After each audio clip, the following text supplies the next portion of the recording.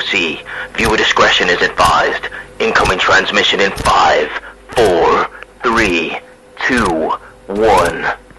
What's up everybody, it's Courtney here from the Outcasted OC podcast and welcome to another Monday Night Raw review. Let's not waste any time and let's get straight into what happened. If you guys are wondering why I'm looking down here, my notes are here just for reference point because I watched Raw a couple of hours ago, had some other stuff to do, and then I just kind of need talking points for what we're going to get into. So we start off Monday Night Raw this week with CM Punk getting out of his car. Obviously Raw is happening in Chicago tonight and we get to see a SmackDown recap, obviously from the segment that we had last week with Roman and Cody. First promo of the night is from Cody Rhodes. He makes his way out to the ring and he says to the crowd that it's been an awkward couple of weeks before WrestleMania. We're into that nitty-gritty stage and obviously there is a little bit of time to go, but he's ready to go. He mentions how Roman Reigns was on the Pat McAfee show and he was obviously doing media for WrestleMania, and he obviously stated about how Roman thinks that Cody is very much a politician and doubles down on what he says and obviously makes promises that he can't keep. There was a cheeky little wee AEW reference in there. Now, obviously, they had All In Chicago back in 2019, I believe it was. Obviously, people who knew that reference knew that reference. And Cody's like, look, at the end of the day, the reason that I stick around at the end of the show for so long and the reason that I talk to the fans and the reason that I want to be around these people is because I pretend to be the champion because the actual champion is not here. He said, I do respect Roman Reigns, but let's not forget here that he did screw me out of the biggest dream of my entire life, and I should hate your guts, and I do hate your guts. He goes ahead and says something about how he's sad for Roman that Roman and Rock aren't getting their WANK fest. I'm not going to say the word because it's a bit weird. The language that we're seeing on Monday Night Raw is a little bit more, it's no longer PG. I don't really know how to feel about it. But anyway, he mentions how he is a 2-time Royal Rumble winner and he said that this time he can't do it alone. He asks the crowd to point at the sign. Rock comes out, the crowd goes absolutely nuts. I don't even think Chicago knew The Rock was going to be there. He literally goes up to Cody in the ring, looks at him, whispers something in his ear, and then just like walks away. Doesn't acknowledge the crowd, doesn't say anything. So that was a bit weird. The segment kind of ended on an awkward note for me, but I mean, hey, look, we're going to talk about what happened at the end of the night, and that does involve The Rock and Cody Rhodes. After this, we see Ricochet is doing some jump roping backstage, warming up for his match, and then we see The Rock's backstage. He quickly catches up with Jackie Redmond. Jackie's like, hey, like, what was that all about with Cody? And he was like, well, why don't you just ask Cody? Then we cut over to the Judgment Day clubhouse where they're all talking about getting back in control and obviously taking care of business ahead of WrestleMania. We get into our first match of the night, which is JD McDonough finally and hopefully taking care of Ricochet. JD's looking really good in this match from the very beginning. He is on fire. Ricochet has a massive amount of time within this match to show his really great moves. Michael Cole did another Puma reference. For all of those who don't know, you should know by now, but it's very important when a Puma reference happens. So Ricochet hits a drop kick and then ends up hitting a really nice flip onto JD as well too, and then follows this up with a really nice back elbow, and we honestly get to see a really nice combination of a flying clothesline and a standing shooting star press from Ricochet as well too. He hits another crazy combo and then JD comes in with a really nice Spanish fly as well too. Dom ends up helping JD out a few times within this match, and then he ends up getting ejected from the referee. The referee tells him he's not allowed to be in the match anymore. And we end up seeing another shooting star press come in at the very end of the match by Ricochet to take away with the win. So JD wasn't able to contain and control Ricochet, unfortunately. A little bit disappointing. I would have loved to see my boy JD get a win, but hey, if it helps storyline, it helps storyline. Following this match, we got to see a backstage clip of CM Punk and Jey Uso before CM Punk makes his way out to the ring. Chicago goes absolutely wild for CM Punk. I feel like you can't have a Raw without CM Punk in Chicago, and you know, just every time he comes, the crowd just goes crazy, and I always am super excited to see the crowd just light up for CM Punk. Anyway, so he comes out to the ring and he says he's got a lot of business he needs to get into, and a lot of people have been asking him if he is going to be participating in WrestleMania this year.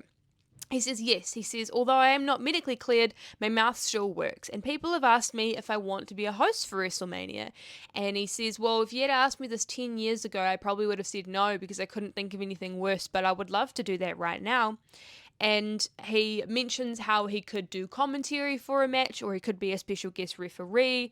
And he says, a lot of people have been talking about me. And he mentions Pat McAfee, and he says, look, you had Roman Reigns on the show the other day, and he decided to bring me up again. And he said, when I'm starting to rise my way back up in the company and Roman's starting his awkward downfall, eventually him and I will meet. And he says, a lot of people want to talk about me. So Roman wants to talk about me, Seth Rollins wants to talk about me, and he mentions how Seth has 2 bad knees, so he doesn't really have much to say. And he says, The Rock, and obviously he's got a lot to say about me as well too, and mentions the face-to-face that they had a while ago. We haven't seen them actually exist in the same room since both of them have come back. And he then mentions Drew McIntyre. And he says, I'm not going to mention anything about that man. I like to live my life in living colour. And then Drew McIntyre's music hits. This is where the segment gets absolutely unglued, because this just literally did not need to cook as much as it did. So Drew comes out and he starts talking to CM Punk. And CM Punk goes ahead and says, get your in here. I'm probably going to bleep that when I go ahead and edit this. So past Courtney / future Courtney, please edit that. So he's obviously trying to bait him. Drew's like, I'd love to, and then, this is just like the last time this happened. I prayed for this, and this obviously happened, and I'm so happy that we're having this moment. He says, are you a psycho in a kilt, or are you an internet troll in a skirt? Why don't we come over here and find out? And Drew's like, hey, like, you could get cancelled for this. If anything, I'm going to call this divine intervention, because all you've been doing is sitting in rehab. You've been doing nothing else of good. A lot of people think that I hated you. If anything, you complete me. You're my muse. I want you to be at WrestleMania. I think you should be at WrestleMania, but I don't think you should be in the spot that you think that you should be, and I think that spot needs to be for me. And they both sit down, so Drew's sitting on the commentary table and CM Punk's lying in the ring, and Drew goes ahead and says this thing where he's like, maybe don't shoot up my skirt, you pervert. And I was like, oh god. I was like, Drew, oh my gosh. Anyway, so they're both talking, and Drew's like, look, I am the chosen one. CM Punk's like, who named you the chosen one, though? Because I'm pretty sure you don't want to name drop who called you the chosen one, especially in Chicago. Drew McIntyre responds to this and says, go ahead and keep going. I want you at WrestleMania. I want you to watch me have my moment. And Seth Rollins' music hits. And if anything, he is just kind of just sitting in the middle, just chilling. Just not really having much to say, but having a lot to say at the same time. So he goes ahead and says that, if anything, this show has always, been my show. It's always been about me. And he says that he's feeling like he's working with 2 children at the moment, which, if you know the reference, you know the reference. And these 2 children are trying to out-troll each other, and if anything, CM Punk isn't allowed to make decisions for this match because he's not actually in it. He says when it comes to WrestleMania 40 and it's Seth Rollins versus Drew McIntyre for that World Heavyweight Championship, and CM Punk's on commentary, we want CM Punk on commentary because I want you to call one of the biggest moments of my entire life. And then people start doing the referee chants, and then Seth's like, he can't even do the referee count with his arm. And then you see CM Punk get on the mat and he counts with his other arm. So obviously he could be a special guest ref if he needs to.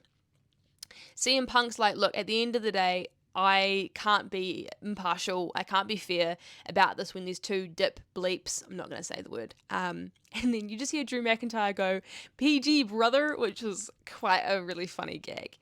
Seth Rollins goes ahead and responds to CM Punk's claims and says, look, I don't think about you at any point in my career. I haven't thought about you since we last saw each other, and I'm definitely not going to think about you from this point onwards. If anything, you're a non-factor. You don't matter to me, and you need me to be involved in WrestleMania so that you can have your WrestleMania moment. You can do whatever the hell you want, but you've got to stay out of my way. And CM Punk responds to these claims from Seth Rollins and says, my 10-year absence will make you both more interesting for this match. And Drew's like, no, you don't get the last word. If anything, I get the last word. And he walks into the ring and Seth Rollins kicks him and then hits him with a curb stomp. And I was like, this segment had no need to cook for as long as it did and cook as well as it did. It was very good. I very much enjoyed it. I do think CM Punk is going to be involved in this in some way, shape, or form. Personally, I think special guest referee, but I could be wrong with that. But anyway, enjoyed the segment. It was really good. I think it really added a lot of tension and a lot of speculation to this feud. After this, we had a super quick Shinsuke Nakamura promo. Now, this was obviously in regards to his match that he was going to be having with Jey Uso. And we also had a match between Ivy Nile and Candice LeRae. This was very much on the shorter side, and this was very much just to propel Candice LeRae's heel turn moving forward. This match was very much Ivy getting the upper hand, then Candice getting the upper hand, and Indy was just ringside, really confused with what was going on. She didn't really know if she wanted to help Candice out. Candice did end up coming away with the win, but Indy looks a little bit confused with what to do. After this, we cut backstage, and DIY, New Day, and Awesome Truth are talking about the tag team match, and I did actually notice that back behind the tag teams, so in the background, Paul Heyman was actually talking to Drew McIntyre. Triple H is really, really well known for these planting the seed moments, and you gotta start picking up on them because they are helping in storyline, and so I picked up on this one, and I'm like, yeah, that's definitely a thing. We head back to the ring and we have a tag match between DIY and the New Day, and this was very interesting. It was a really great match. New Day looked really good. Tommaso and Johnny were on fire as per normal. So at the very beginning of the match, you have Tommaso and Kofi. They are just going absolutely crazy in the ring. Obviously, they are really, really good individually, but working together, they just do a great job. DIY are double teaming the New Day. The New Day end up double teaming DIY. Specifically Johnny Gargano in this part of the match, and then the New Day end up double teaming Tommaso Ciampa as well, and his cardio is just insane. He's going like back and forth, and he actually assists Johnny Gargano in a suicide dive as well too. But then when they're outside of the ring, the Judgment Day comes out, the match ends, and every team is just brawling. R-Truth's actually on commentary during this match, and there's a moment where the camera goes to him, and he's like calling for a commercial break because the Judgment Day is coming after him, and then they end up beating down on him, but Truth ends up fighting back. So obviously this is very much to help push that storyline going into that ladder match at WrestleMania. We cut backstage to Jackie Redmond, and she's catching up with Cody Rhodes. She goes ahead and says, hey look, I spoke to The Rock earlier about what was said, and he said that I need to come to you, so what happened? Cody's like, apologies, I really don't want to repeat what was said, but you know, this is a promise that The Rock can't keep. Then go to Kathy Kelly, who's catching up with Gunther backstage, and she's asking about Sami Zayn and obviously that WrestleMania match and how Gunther's feeling about it. And he said, if anything, Sami's words were empty. Sami doesn't even believe that he can beat me, and he's definitely not going to beat Bronson tonight. After this, we get to see Andrade going up against Giovanni Vinci. Now, originally this was supposed to be Andrade taking on Ivar, but it was mentioned on commentary that he was actually not medically cleared for this match, hence why Giovanni Vinci got inserted instead. And to be honest, I think this match was a whole lot better with Giovanni in it, because he is just an absolute trooper, an MVP. He just absolutely nailed this match. So we see Andrade just slapping the ever-living piss out of Giovanni from the beginning, and then there's just a whole lot of power and speed coming in from both of them. We get a really nice drop kick and a moonsault coming in from Andrade as well, and there's like another modified moonsault where he didn't hit it because Giovanni moved, and then he ended up hitting it as well. We see a suplex and a big boot coming in from Andrade, following up with a crossbody from Giovanni. Andrade is just absolutely chopping down and wearing down on Giovanni at this point, and then we end up seeing a double knees by Giovanni. Clothesline came in from Giovanni, and then Andrade's new finishing move has been named The Message, so he hits his finisher to come away with the win. Like I said, I really enjoyed this match. I think that both of them got to put on a really good performance, and I'm really excited to see where Andrade goes from here. Head back to the ring after this because Rhea Ripley and Dominic Mysterio are making their way out, and Rhea asks Dom why she's not getting enough respect and enough attention that she deserves going into WrestleMania. She says, Becky Lynch has been fighting every single week, and I have been nothing but respectful when it comes to her matches. I've been intervening afterwards, not during the matches, but at this point I'm getting very, very impatient. And she says that, Becky, you should really be giving me your full attention. So Becky Lynch comes out. Becky Lynch starts off by saying that I could never do that to you because you never wrestle. Rhea responds and asks, well, why would I do that? Because we're 12 days out from WrestleMania. And Becky went into full savage mode. She says, you're a champion who likes to post your ass, but I'm a champion who busts my ass. Yes, there are going to be newer and younger people, but if anything, your legacy is cemented on skill, merit, and survival, and you haven't expected that yet. Rhea's on another level. She asks Becky about survival and says that you are like a cockroach. You are hard to kill, but it's not impossible, and I will leave you alive, and you can sit next to Rue, and you can hear her call me mommy. And Becky Lynch, it was almost like a spark just went off in her brain because she just honestly emotion-wise, just really did it for me. She says, if you mention her one more time, that'll be the last thing that you ever have to say. And she started getting emotional. She goes, my dad never got to meet her. He's been proud of me for a lot of things I have done within my life, but he would be probably the most proud of the mother that I have become. And she said that that's not a joke to me, so don't you ever say that ever again. And then she said, and that's also not a joke to me. And the camera pans to the Women's World Championship. She said there's nothing respectful about what you've done, and there's no going back after WrestleMania. And then Dom tries to step up to Becky Lynch. He ends up getting punched in the face by Becky Lynch, and then Rhea and Becky end up brawling.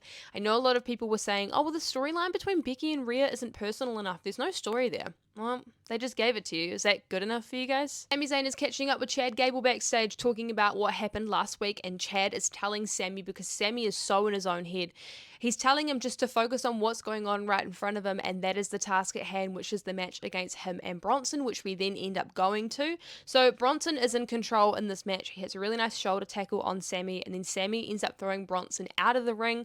We see Bronson catching Sami Zayn. I think he tries to hit like a crossbody off the top rope, and then Bronson ends up knocking him down and slaps him as well too, and he ends up just throwing him around. They both end up exchanging blows, and then Gunther comes out and stands in the entrance ramp just to kind of watch what's happening. And Sami's still fighting, but he's very distracted by what's going on. He hits a really nice tornado DDT before Bronson Reed can quickly turn it around, hit a senton and a tsunami to come away with the win. The Usos backstage declaring that Shinsuke Nakamura is going to be getting yeeted tonight in their match, and we see Solo and Jimmy come in, and Jimmy goes, no yeet. Sami's backstage and he's visibly frustrated and angry after his loss against Bronson Reed. We end up seeing Chad Gable come back in and he's supporting Sami, so maybe he's taking on more of like a coaching and a mentor role going into WrestleMania for him to defeat Gunther. I did notice while this was happening as well too that Andrade and Dom Mysterio were talking backstage. Now, could this be something to do with what we've been seeing over the last couple of weeks? And then we end up seeing Jay before he goes out. He's actually in gorilla position and Seth's like, look, this doesn't feel right tonight, but go ahead and get that W. We come to the main event and it is Jey Uso taking on Shinsuke Nakamura. So Jay ends up blowing Shinsuke Nakamura and then he runs into a running knee as well. And then after the commercial break, Jey Uso is in charge of the match. Shinsuke hits a really nice sliding German suplex as well and then ends up hitting running knee. Solo and Jimmy both come out and then Cody and Seth come out as well too to neutralize the situation, and they end up just getting into a really big brawl. Then Drew McIntyre comes in and starts getting up on Seth Rollins as well too. They start brawling. Uso Spear coming in from Jey Uso to come away with the win. I didn't really expect Jey Uso to win. I was kind of hoping that Shinsuke Nakamura would win, but that's totally fine by me. And then Cody and Jimmy end up brawling, and then Solo ends up grabbing Cody. There's a lot of information to take in because there was still like 7 minutes left. And then The Rock comes and grabs Cody, and they just start brawling, like literally for 5 minutes. It felt like it went on for hours, I kid you not. And the segment ends with Cody Rhodes being thrown up against his bus by The Rock, bloody and bruised, and just wasn't really something I was expecting to see. Not that I was hoping to see it, but I definitely wasn't expecting to see it.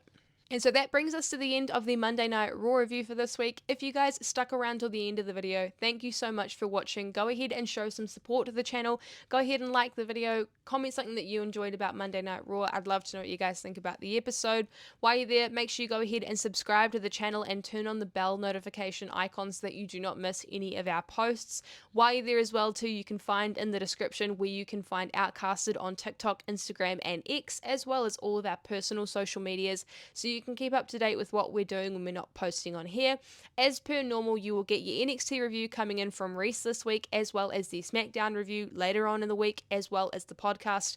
We're going to be doing an episode on the Slammies this week because obviously that is something that got announced that we're all super excited for. So stay tuned for the podcast this week because I'm very excited to talk about this with you guys. Anyway, I'll catch you on Thursday. I hope you have a really good rest of your day, evening, whatever time you're watching this, and I'll see you guys then. Bye guys.